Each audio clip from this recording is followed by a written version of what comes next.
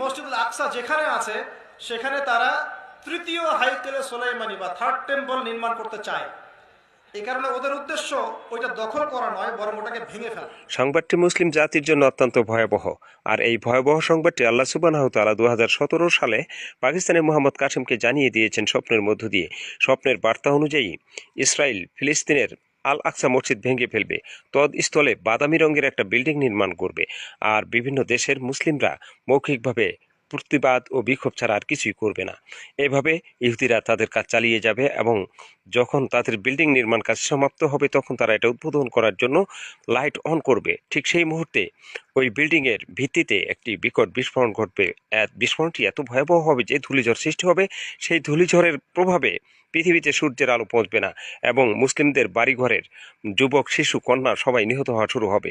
এমনকি এই ধূলিঝড়ের তীব্রতায় মধ্য এশিয়ার বিভিন্ন দেশ থেকে শুরু করে আফ্রিকা মহাদেশ পর্যন্ত মানুষ নিহত হওয়া শুরু হয়ে যাবে। থার্ড টেম্পল গড়তে ইসরায়েলি বেশ কিছু প্রতিষ্ঠান ইতোমধ্যে এগিয়ে এসেছে। তারা পুরোহিতদের পোশাক সহ বিভিন্ন সরঞ্জাম প্রস্তুত করছে। এসব লক্ষণ দেখে অনেকের ধারণা খুব শিগগিরই ইহুদিরা থার্ড টেম্পল নির্মাণের উদ্যোগ নিতে পারে। ইহুদিরা মনে করে আল আকসা ভেঙে তারা যে কোনো সময় থার্ড টেম্পল গড়তে পারে, কিন্তু ইহুদিদের ধর্মীয় বিশ্বাস অনুযায়ী মন্দির নির্মাণের আগে তাদের অবশ্যই